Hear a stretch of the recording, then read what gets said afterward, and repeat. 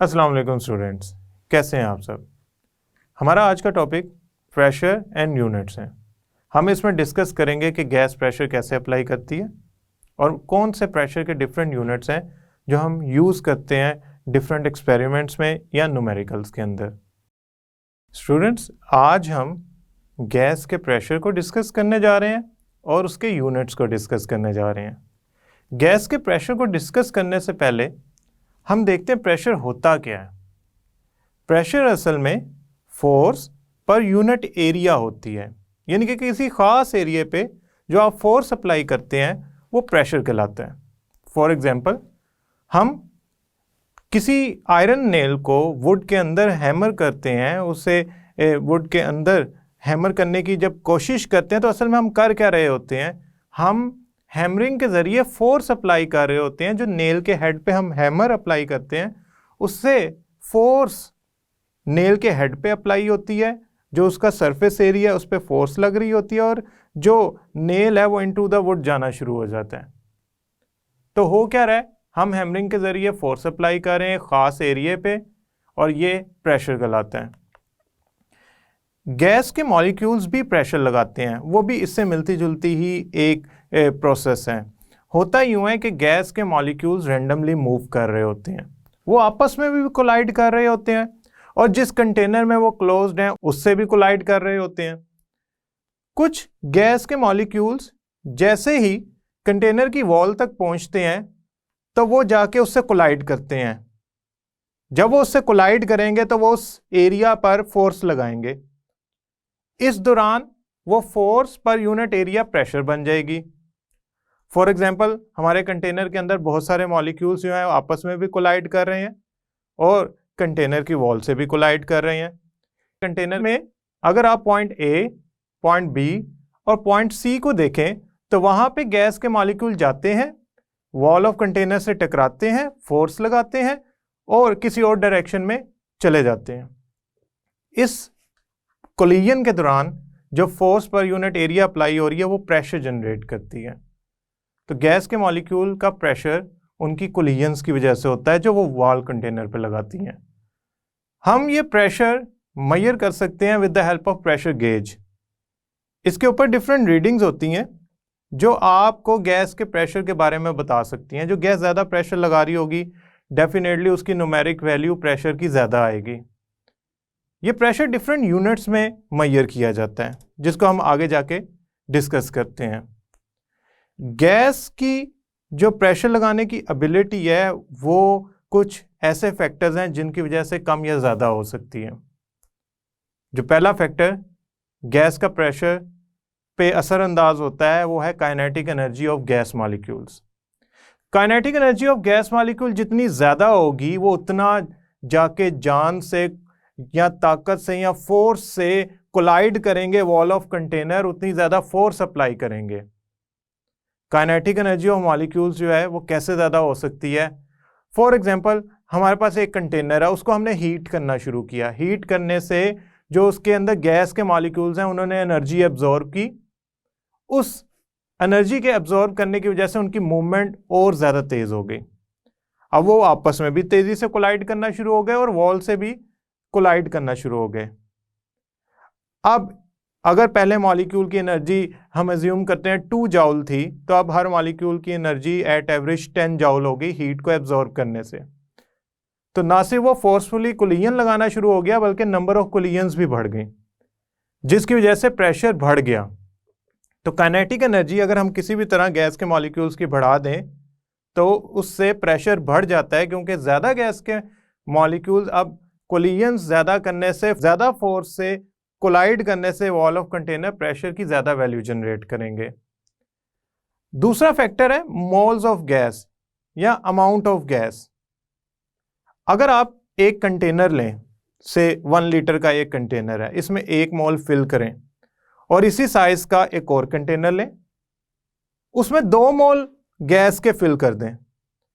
Definitely 1 मोल के अंदर number of particles होंगे 6.02 10⁻23 यानी कि एवोगैड्रोस नंबर, और 2 मोल्स के अंदर इससे डबल नंबर ऑफ पार्टिकल्स होंगे।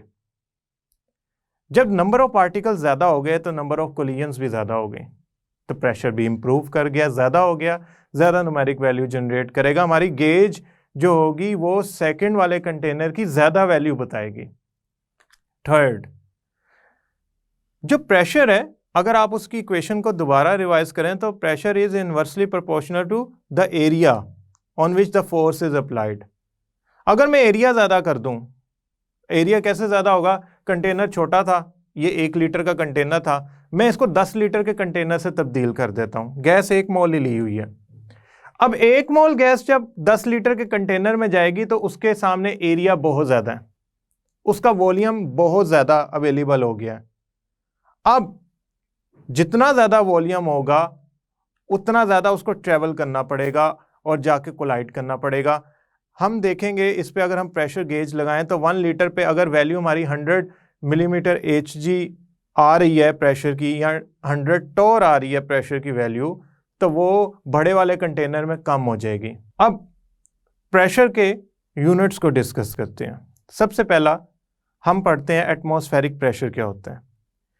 एयर जो सी लेवल पे प्रेशर लगा रही होती है वो 1 atm होता है। 1 atm प्रेशर, एटमॉस्फेरिक प्रेशर किस तरह डिफाइन होता है? सबसे पहले उसकी डेफिनेशन को डिस्कस करते हैं। The pressure of air that can support 760 millimetre mercury column at sea level is called 1 atm। 1 atm वो एयर का प्रेशर है जो 760 मिलीमीटर मर्करी के कॉलम को सपोर्ट दे सकता है। ये किस तरह मेजर किया जाता है, उसके लिए हम थोड़ी एनिमेशन की तरफ गौर करते हैं। हम क्या करते हैं, हम सी लेवल पे जाते हैं और टेम्परेचर मेंटेन करते हैं 0 डिग्री। अर्थ की सरफेस पे मुख्तलिफ आल्टीट्यूड्स हैं। माउंट एवरेस्ट है, उसकी हाइट बहुत ज़्यादा है। हमने सी लेवल पे जाना है और टेम्परेचर मेंटेन करना है 0 डिग्री। उसके बाद हमने एक कंटेनर लेना है जिसमें हमने मरकरी फिल किया हुआ है। एक कैपिलरी ट्यूब लेनी है जिसका एक एंड क्लोज है और उसकी लेंथ है 1 मीटर या 1000 मिलीमीटर। ये 1000 मिलीमीटर की जो ट्यूब है इसके अंदर आप मरकरी फिल कर लें और इस ट्यूब को इन्वर्टेड ऐड कर दें, डिप कर दें इस मरकरी के कंटेनर में। आपने इसमें फिलिंग भी मरकरी की है और इसे डिप भी मरकरी के कंटेनर में कर रहे हैं। ये ट्यूब इन्वर्टेडली इस तरह डिप करनी है कि जो क्लोज एंड है वो बाहर की तरफ हो और जो ओपन एंड है वो जो कंटेनर है मरकरी का उसके अंदर हो। अब आप देखेंगे कि जो ट्यूब की फिलिंग है, इसके अंदर जो मरकरी फिल हुआ है वो आहिस्ता आहिस्ता नीचे आना शुरू होगा और एक लेवल के बाद रुक जाएगा। असल में हुआ क्या, जब हमने ये इन्वर्टेड ट्यूब ऐड की थी इस कंटेनर के अंदर तो इसके अंदर मरकरी को ग्रेविटी ने नीचे पुल किया था, लेकिन सिर्फ ग्रेविटी नहीं इस पूरे अपरेटस पे असरअंदाज हो रही।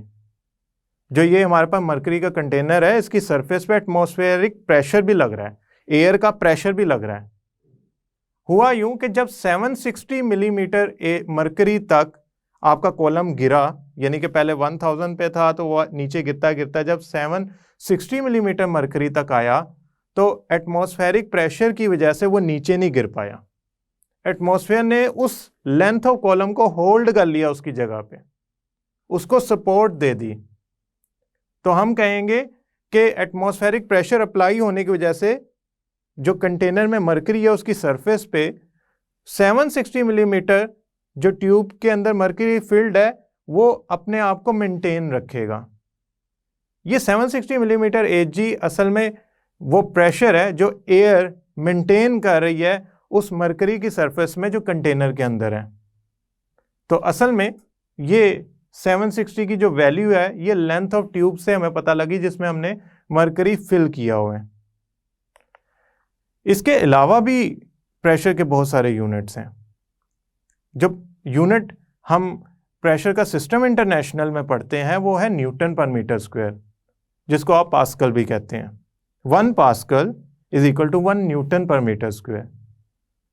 1 atm यानी कि 1 एटमॉस्फेरिक प्रेशर जो कि 760 मिलीमीटर मरकरी के कॉलम को सपोर्ट देता है वो इक्वल होता है 101325 न्यूटन पर मीटर स्क्वायर के। अगर मैं न्यूटन पर मीटर स्क्वायर की जगह पास्कल लिख लूँ तो न्यूमेरिक वैल्यू तो वही रहेगी 101325। ये 1 ATM के बराबर है। इसका मतलब ये है कि आपका जो हमारे अर्थ के इर्द गिर्द जो एयर है, एयर का एनवेलप है, वो सी लेवल पे जो प्रेशर लगा रहा है वो असल में 10, 13, 25 न्यूटन फोर्स है जो 1 मीटर स्क्वायर पे लगा रहा है।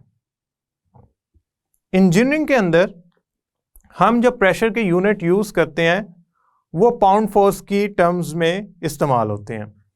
असल में इंजीनियरिंग के अंदर जो प्रेशर का यूनिट है वो है pound force applied on square inch. हम मीटर स्क्वायर की बजाय इंच स्क्वायर का एरिया लेते हैं जिस पे अप्लाई होने वाली force in terms of pound हम मेजर कर रहे होते हैं। अगर कोई एयर 1 ATM प्रेशर लगा रही है तो असल में वो 14.7 पाउंड फोर्स लगा रही है एक इंच स्क्वायर के एरिया पे। तो हम कहेंगे कि हमारा जो यूनिट है PSI की टर्म्स में, यानी कि पाउंड पर स्क्वायर इंच की टर्म में, वो 1 ATM इक्वल है 14.7। तो स्टूडेंट्स ये बहुत सारे यूनिट्स हैं जिनमें जो आपस में एक दूसरे में इंटर कन्वर्ट भी हो सकते हैं और न्यूमेरिकल्स में यूज भी होंगे कन्वर्जन के लिए। आपने इस बात का ख्याल रखना है कि जब आप न्यूमेरिकल सॉल्व कर रहे होते हैं तो अगर आपके पास एक खास कंडीशन पे जो प्रेशर के यूनिट्स ATM में गिवन है तो दूसरी दफा आपने उसी गैस पे अप्लाई होने वाला न्यूमेरिकल, यानी कि अगर आपके P1 ATM में गिवन है तो P2 की जो वैल्यू है उस गैस के लिए वो भी ATM में कन्वर्ट की जा सकती है अगर वो किसी और यूनिट में गिवन है। तो यूनिट को सेम करने के लिए इनिशियल और फाइनल कंडीशन में किसी गैस के लिए हम ये कन्वर्जन टेक्निक्स यूज कर सकते हैं कि अगर हमें पता हो कि 1 ATM कितने न्यूटन पर मीटर स्क्वायर के इक्वल है तो हम आसानी से जो पास्कल है, न्यूटन पर मीटर स्क्वायर है, ATM है, टोर है या PSI है, इनको आपस में इंटर कन्वर्ट कर सकते हैं। So for just quick reason हम ये जो सारे यूनिट्स हैं इनको एक दफा एक लाइन में पढ़ लेते हैं। 1 ATM इक्वल होता है 760 मिलीमीटर मरकरी के। ये 760 टोर के भी इक्वल होता है। ये सिस्टम इंटरनेशनल में यूनिट्स के तौर पे अगर सिस्टम इंटरनेशनल यूनिट्स लूं तो इक्वल होता है 10, 13, 25 न्यूटन पर मीटर स्क्वायर, और न्यूटन पर मीटर स्क्वायर की जगह हम पास्कल भी लिख सकते हैं। और ये इक्वल होता है 14.7 पाउंड पर स्क्वायर इंच के, जो कि एक इंजीनियरिंग में यूज होने वाला कॉमन यूनिट है। स्टूडेंट्स याद रखिएगा, प्रेशर गैसेस जो अप्लाई करती हैं वो उन कोलिजन्स की वजह से है जो गैसेस लगा रही हैं, कोलाइड कर रही हैं with the wall of container. वो बहुत सारे फैक्टर्स पे डिपेंड करती है। मसलन टेम्परेचर बढ़ाने से काइनेटिक एनर्जी ऑफ मॉलिक्यूल बढ़ जाएगी जिससे आपकी प्रेशर की वैल्यू भी बढ़ जाएगी। इसी तरह अगर हम सरफेस एरिया या वॉल्यूम ऑफ कंटेनर और अमाउंट ऑफ गैस को चेंज करते हैं तो भी ये प्रेशर को डिस्टर्ब किया जा सकता है। लेकिन जो यूनिट हम पढ़ रहे हैं वो एक स्टैंडर्ड यूनिट्स हैं। ये हमारी एयर सी लेवल पे लगा रही है। एयर का जो प्रेशर है वो कम हो सकता है अगर आप किसी ऐसी जगह पे चले जाएं जो सी लेवल से हाइटेड है। फॉर एग्जांपल अगर आप मरी चले जाते हैं तो वहां पे 760 मिलीमीटर Hg यानी कि 760 मिलीमीटर मरकरी प्रेशर नहीं लग रहा होगा, इससे कम लग रहा होगा। अगर आप उससे भी ऊपर माउंट एवरेस्ट तक चले जाते हैं तो माउंट एवरेस्ट तक जो प्रेशर लग रहा होगा वो मरी वाले प्रेशर से भी कम वैल्यू रखता होगा। उसकी वजह यह है कि जो अल्टीट्यूड है वो जितना बढ़ता जाएगा जो एयर है उसका प्रेशर रिड्यूस होता जाएगा, जिसकी वजह से हमारा जो गेज होगा, प्रेशर मेजरिंग डिवाइस होगी, वो कम से कम प्रेशर शो करना शुरू कर देगी। तो आप ये ना समझिएगा कि सी लेवल पे लगने वाला प्रेशर हर जगह सेम होता है, ये फ़र्क रखता है मुख्तलिफ हाइट्स पे।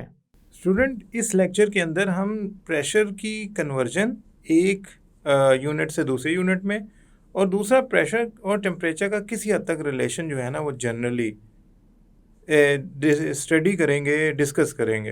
पहला MCQ 2 atm pressure is applied by oxygen gas in a container. What is the value in torr?